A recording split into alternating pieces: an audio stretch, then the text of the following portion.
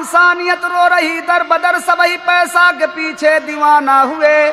मानवों की मानवता द्रवित हो गई, पैसा कारण सभी अब बेगाना हुए। पैसा भाई भतीजा पिता मात का, पैसा राखी बहन का भी प्यारा बना। पैसा कारण सुहागन या भागन बनी, पैसा नैतिक पतन का सहारा बना। 17 जनवरी सन 86 के कहानियां, जिला जौनपुर के मिसाल। मछली शहरिया के राकत तहसीलिया में घटी एक घटना विशाल। तो भैया एक तर्ज बा कि लड़कियां जब से साइकिल चलाने लगी, लड़कियां जब से साइकिल चलाने लगी, तब से आगे का डंडा खत्म हो गया। लड़कियां जब से साइकिल चलाने लगी, तब से आगे का डंडा खत्म हो गया। तो भैया तर्ज रहल है और यही तर्ज में बाय कि कामिनी एक सुहागन का सौदा हुआ, कामिनी एक सुहागन का सौदा हुआ, सौदा वाला सिपाही मचलने लगा। कामिनी एक सुहागन का सौदा हुआ, सौदा वाला सिपाही मचलने लगा। कामिनी एक सुहागन का सौदा हुआ, सौदा वाला सिपाही मचलने लगा। खास मछली शहर का रहा लाडला, खास मछली शहर का रहा लाडला, कामनाउर में पागल उछलने लगा। खास मछली शहर का रहा लाडला, कामनाउर में पागल उछलने लगा। गरिमा बढ़ाता कर्रागा स्कूल के राकत में, चकवा नारायणपुर एक गांव सराफत में, घरे घनेर ठाकुरों की बस्ती निराली, चमकी वहीं शादी की घटना जिसने दर्द ढाली। ठाकुर उसी गांव के मछली शहर में जाके लड़की की शादी ठीक किए, बर मिला मुस्ताके। लड़की की शादी ठीक किए, बर मिला मुस्ताके। लड़की की शादी ठीक किए, बर मिला मुस्ताके। लड़की की शादी ठीक किए, बर मिला मुस्ताके। देखना लड़कियों को प्रथा चल दिया, ये प्रथा सभ्यता को निगलने लगा। धन के लोभी धर्म से विमुख हो रहे, धन के लोभी धर्म से विमुख हो रहे, धन के लोभी धर्म से विमुख हो रहे। धर्म पैसा में फंस के उबलने लगा। धर्म पैसा में फंस के उबलने लगा।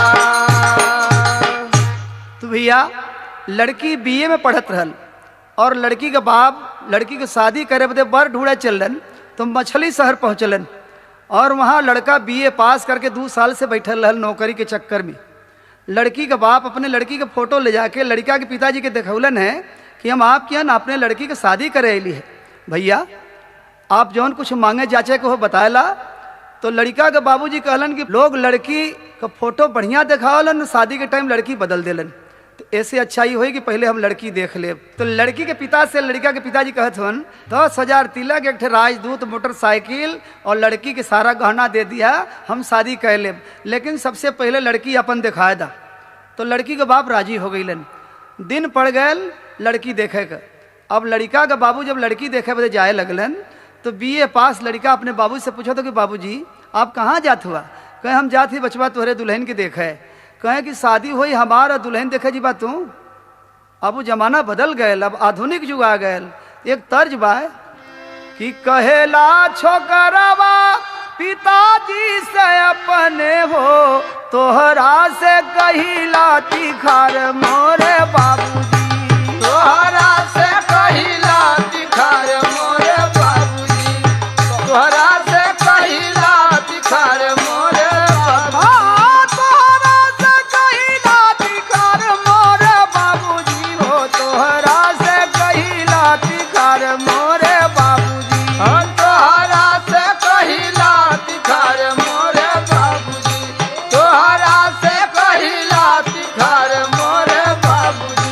अपने दुल्हनिया के देखब नयनवा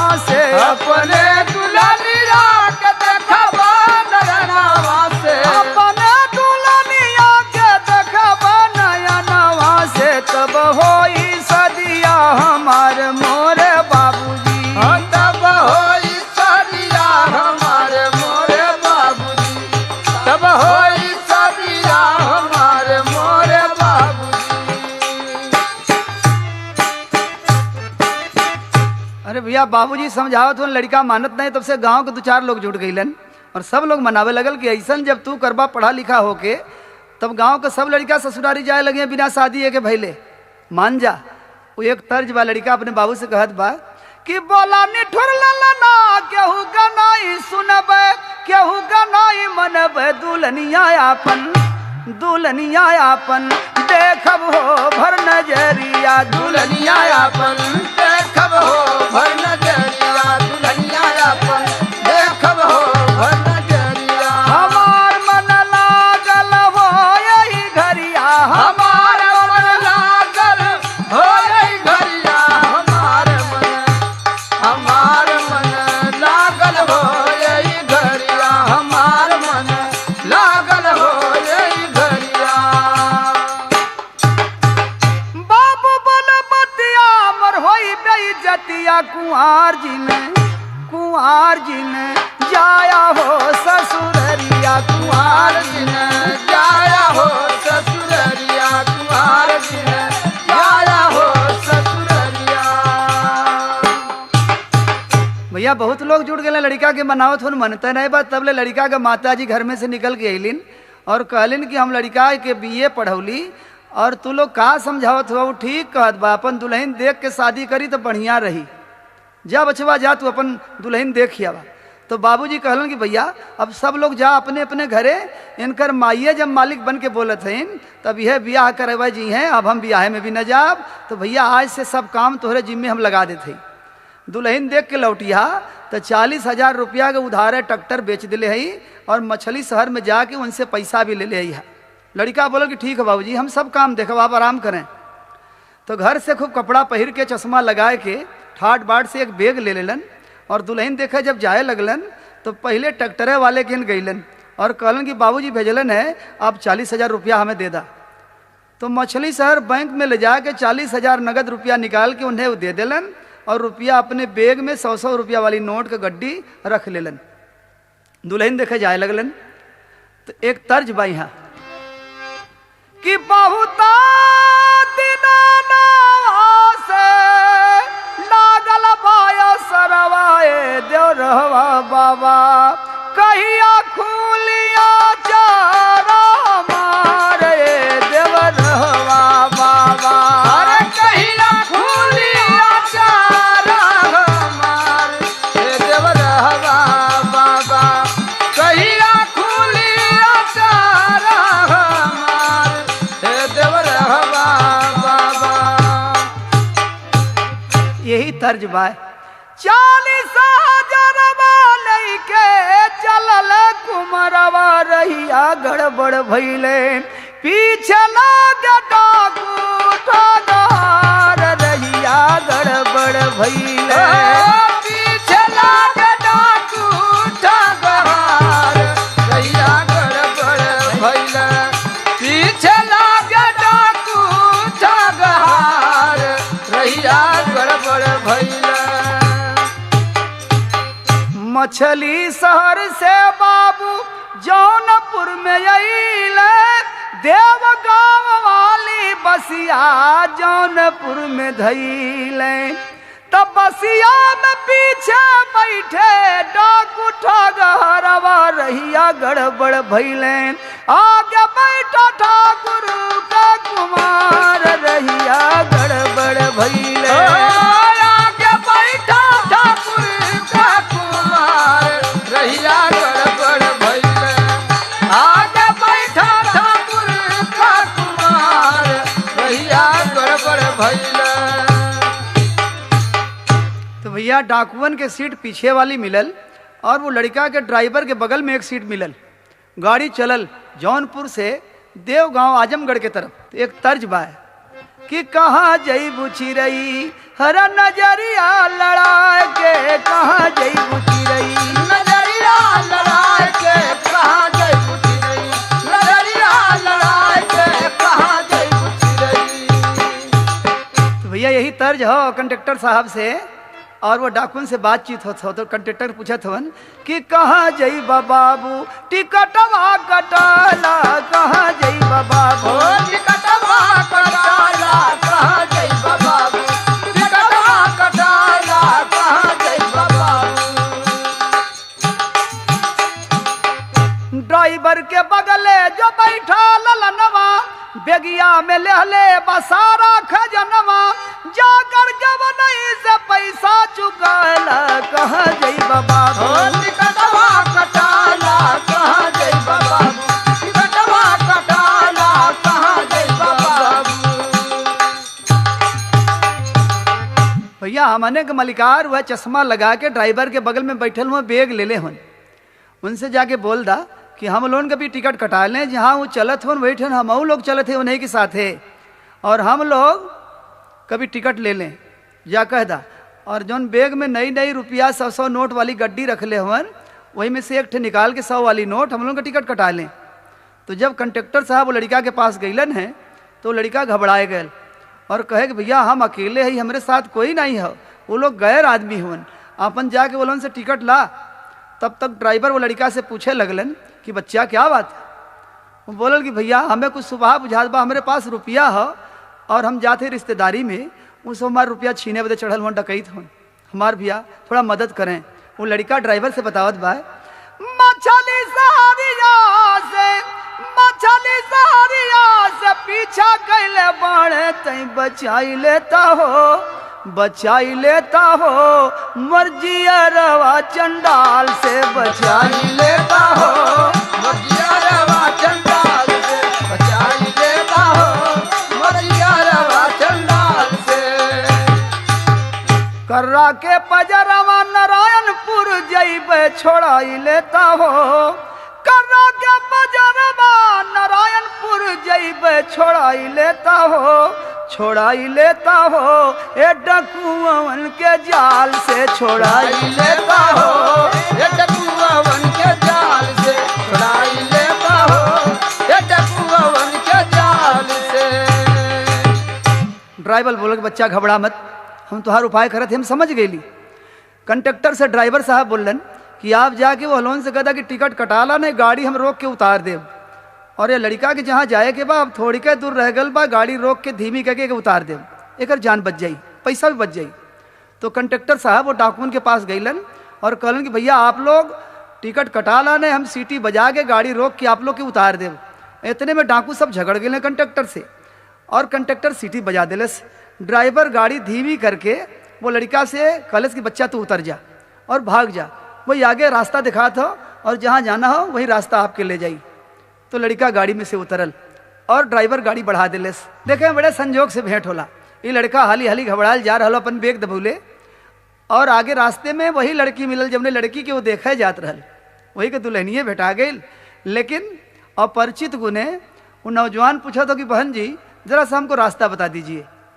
तो लड़की घूम कर देख रही है कि कोई पढ़ा लिखा सज्जन है। तो भैया कहाँ जइबा? कहें हमें नारायणपुर गांव में जाए के हो। तो वो लड़की बोलल कि नारायणपुर गांव में तो आप इस समय हैं, किसके यहाँ जाएंगे? बोले कि हम जाएंगे बाबू माधव सिंह के यहाँ। अच्छा, तो उनके यहाँ कोई रिश्तेदारी है? बोले कि हाँ रिश्तेदारी है नहीं लेकिन होने वाली है। वो लड़की से लड़का कहत बा कि जनवा बचाला बहनी मोर पपिया, जनवा बचाला बहनी मोर पपिया, पीछवा लगल बाण चोर पपिया। जनवा बचाला बहनी मोर पपिया, पीछवा लगल बाण चोर पपिया। जनवा बचाला बहनी मोर पपिया, पीछवा लगल बाण चोर पपिया। सुन के सारी बात लक्ष्मी ना घबराईली, सुन के सारी बात लक्ष्मी ना घबराईली, सुन के सारी बात लक्ष्मी ना घबराईली, सुन के सारी बात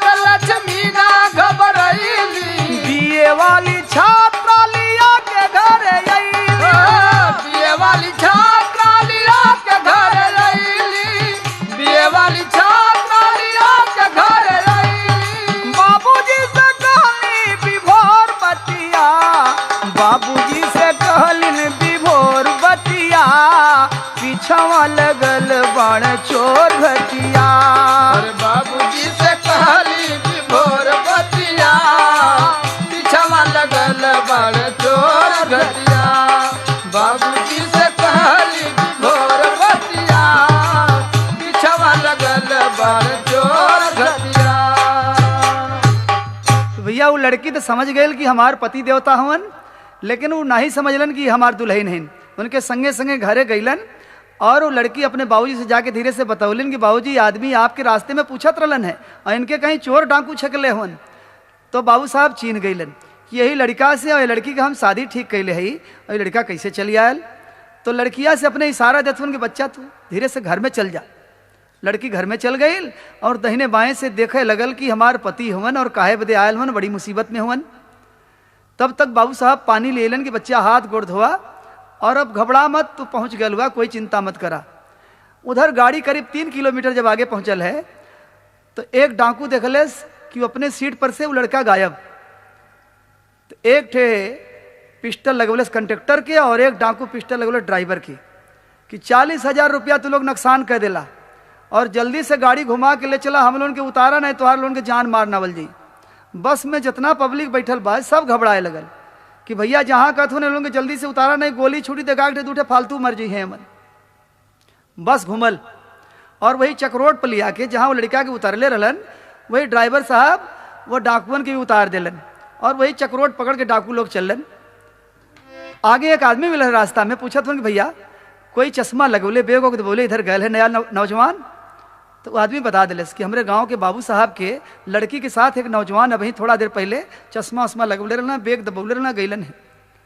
तो बाबू साहब का नाम पूछ के डाकुओं सब वहां पहुंच गईलन। पूछा पपिया भी आई गईले हो, ससुररिया में दुल्हा डेराई गईले हो, ससुररिया में दुल्हा डेराई गईले हो, ससुररिया में दुल्हा डेराई गईले हो। मिल के ठाकुर से डाकू लहले पटाई, मिल के ठाकुर से डाकू लहले पटाई। बांट के रुपया तो है आधा दिहल जाई, हर बांट के रुपया तो है आधा दिहल जाई। खाना धनवा का लोभिया कसाई भइले हो, ससुररिया में दुल्हा डेराई गईले हो, ससुररिया में दुल्हा डेराई गईले हो, ससुररिया में दुल्हा डेराई गईले हो। धनवा का लोभिया कसाई भइले हो, ससुररिया में दुल्हा डेराई गईले हो, ससुररिया में दुल्हा डेराई गईले हो।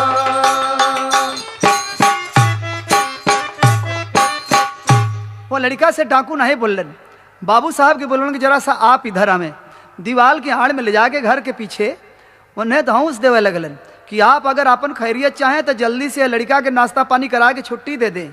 हम लोग ये लड़का के साथे मछली शहर से चलल है और एकरे पास 40,000 रुपया हो लेवे बदे चलल है।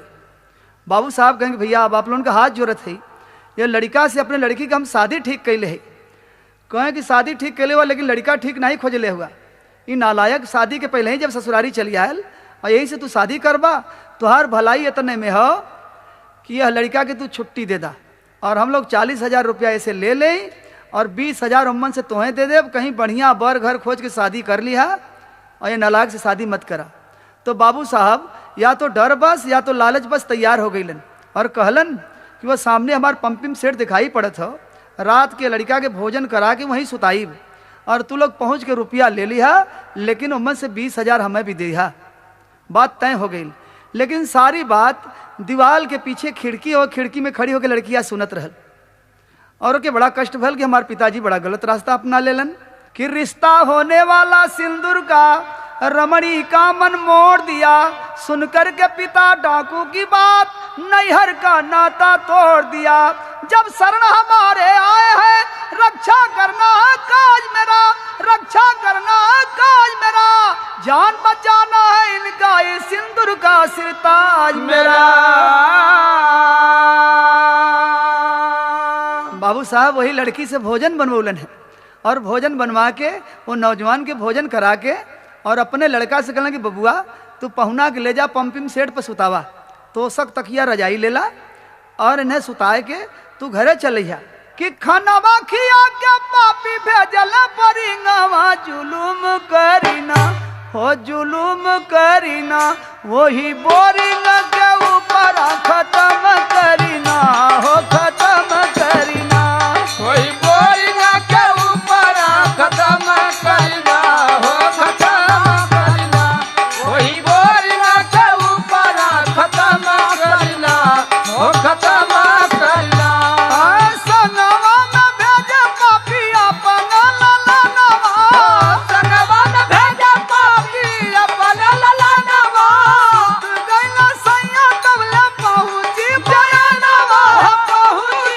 जयनवा कई के इशारा बोलावली से नूरवा रहम करीना हो रहम करीना छिप के उखिया के खेत में बिलम करीना हो बिलम करीना छिपके उखिया के खेत में विलम्ब करना हो विलम्ब करना छिपके उखिया के खेत में विलम्ब करना हो विलम्ब करना बबुआ जी पहुना के सुता देना पंपिंग सेट पर अपने चल गए गांव में ड्रामा होत रहल ड्रामा देखे लगलन रात 12 जब बजल है तो वो लड़की से नहीं रह गए अपने पति के बचावे बदे घर में से निकल के गई पंपिंग सेट पर उन्हें जगौलस और जगा के कहलस कि अपन बेग लेला और हमरे संगे भाग चला नहीं तुहार जान चल जाई ऊख के खेत में दोनों लुक के बैठलन रात 12:30 जब बजल है तो ड्रामा खत्म हो गए भाई साहब ड्रामा देख के अब डर के मारे घरे नहीं आते उनकी बाबूजी बिगड़ी हैं चल के पंपिंग सेट पर वही पहुना के लगे हम सुतब लेकिन जब पंपिंग सेट पर पहुंचलन तो वहाँ चारपाई खाली रजाई तोशक तकिया सब कुछ हो लेकिन पहुना नहीं होन बड़े आराम से सुतलन पहली नींद जब लगल है तब देखें संजोग अरे तबले पहुंचे डाकू तौने छनवा वही खेतवा में तबले पहुंचे डाकू तौने छनवा वही खेतवा में कैले वन के बिरना के निसनवा वही खेतवा में कैला उनके बिरना कली सनवा वही खेतवा में कैला उनके बिरना कली सनवा वही खेतवा में कैले वन के बिरना के निसनवा वही खेतवा में अरे कैला उनके बिरना कली सनवा वही खेतवा में कैला उनके बिरना कली सनवा वही खेतवा में मार के मड़ई में पापी जब खोजे लगे खजनवा हो पाए नहीं तब ठाकुर को बुलवाए तब समनवा हो अब मार के बत्ती चीना जब ललनवा वही खेतवा में गिरे पछाड़ा खा के तौने छनवा वही खेतवा में अरे गिरे पछाड़ा खा के तौने छनवा वही खेतवा में गिरे पछाड़ा खा के तौने छनवा वही खेतवा में गिरे पछाड़ा खा के तौने छनवा वही खेतवा में अरे गिरे पछाड़ा खा के तौने छनवा वही खेतवा में गिरे पछाड़ा खा के तौने छनवा वही खेतवा में ए भैया डाकू सब रुपया लेवे के नशा में रजाई के ऊपर से गोली मार दिलन ओकर मुंह उघार के लड़का के चिन्हबो न कैलन और जब मार दिलन इधर उधर खोजे लगलन तो बेग नहीं मिलल रुपया नहीं मिलल तो एक डाकू गल बाबू साहब के जगौलस कि बाबू साहब रुपया कहाँ रखले हुआ काम हो गल रुपया नहीं मिलत बा आप चलें बाबू साहब कहेंगे अरे भैया वो लड़का अपन बेग लेके गए बा और वही ठन हो कह ना आप चलें और लाइट ले चलें रुपया चल के खोजें और खोज के अपन भी हिस्सा ले लें हम लोगन के दे दें तो बाबू साहब बड़की लाइट लेके गईलन है बाहर के जब देखलन है तो अपने लड़का मरल पड़ल हो अरे हाय हाय करके बाबू लगले जब चिल्लाए हल्ला सुन के डाकू बिल्कुल हो गईले फरार शोरगुल सुन के जुटे गौवा के लोगवा भारी भीड़ भाई पंपिंग से दबा मझार देहले प्रधान जाके थाने पर खबरिया होते बिहान तबले आए थानेदार और तबले लौटल बाबू देवा गाँव वाली बसिया तबले लौटल बाबू देव गाँव वाली बसिया तबले लौटल बाबू देव गाँव वाली बसिया गाड़ी रोक ड्राइवर पहुंचे भीड़िया निहार अरे गाड़ी रोक ड्राइवर पहुंचे भीड़िया निहार अरे उखिया के खेतवा से निकलल भवनिया उखिया के खेतवा से निकलल भवनिया उखिया के खेतवा से निकलल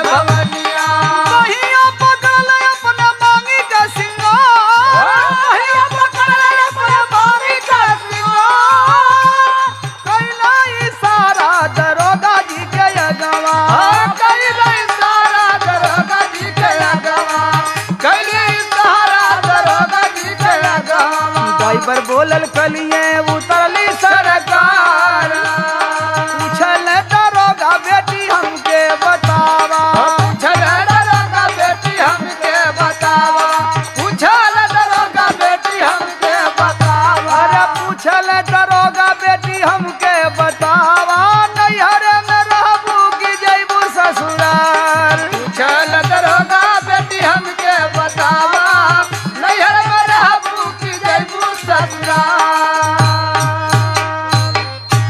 वो लड़की बोली कि न हमारा नैहर है न कहीं ससुराल है। माँ पहले मर गई और एक भाई था वो भी मर गया। पिताजी हैं, पिताजी जाएंगे जेल। हमारा नैहर तो खत्म हो गया और ससुराल अभी शादी नहीं हुई, हम किसके यहाँ जाएं? ये हमें देखने आए हैं, पता नहीं हम प्रसन्न हैं कि नहीं है। तो दरोगा जी उस लड़के से पूछते हैं, अरे नैहर का मर टूटल नाता धन का लोभी भय विधाता पूछा इनकर का विचारवा दरोगा बाबूजी पूछा इनकर का विचारवा दरोगा बाबूजी पूछा इनकर का विचारवा दरोगा बाबूजी वो दरोगा बाबूजी का पहले जरूरवा दरोगा बाबूजी अरे ई का पहले है धुरवा दरोगा बाबूजी ई का पहले है धुरवा दरोगा बाबूजी हाय चली गईल मोरे एक कोखी का बिरनवा चाली गईला मोरे एक कोठी का बिरानवा धनवा के लोभी बाबू बन गईले बेगनवा धनवा के लोभी बाबू बन गईला बेगानवा हमहू खैबे अब जहरवा दरोगा बाबूजी पूछा इनकर का विचारवा दरोगा बाबूजी पूछा इनकर का विचारवा दरोगा बाबूजी पूछा इनकर का विचारवा दरोगा बाबूजी। बस एक ही रास्ता है दरोगा जी, अब हम भी जान दे देंगे जहर खा के। दरोगा जी बोले कि नहीं बेटी, तुम समझदार हो, एक काम करो, तुम संतोष करो, तुम्हारा फैसला हो रहा है।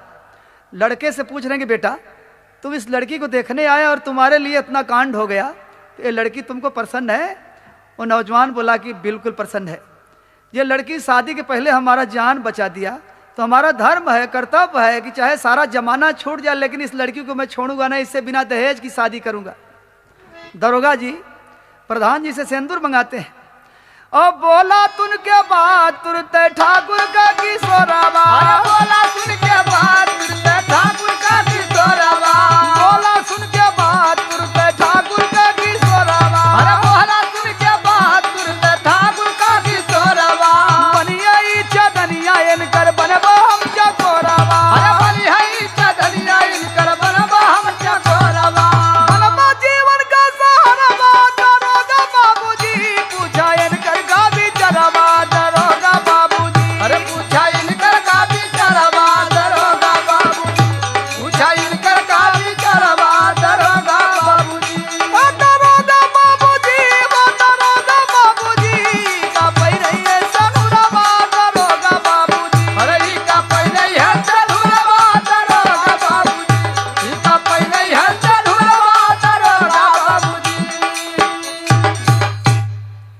दरोगा जी सिंदूर मंगाए, 5 आदमी के पंचनामे में उन दोनों की शादी कराते हैं। अपनी जीप दिए, 4 ठो पुलिस दिए कि ले जाओ एकदम सुरक्षित, ये लड़की और लड़का को दोनों को मछली शहर इनके घर पहुंचाओ। गुरु रमन गुरु विश्वनाथ करवाए सिंदूरदान दहेज दिन दुल्हन को लेके चला जीप में जवान बीरन पे उनके गोली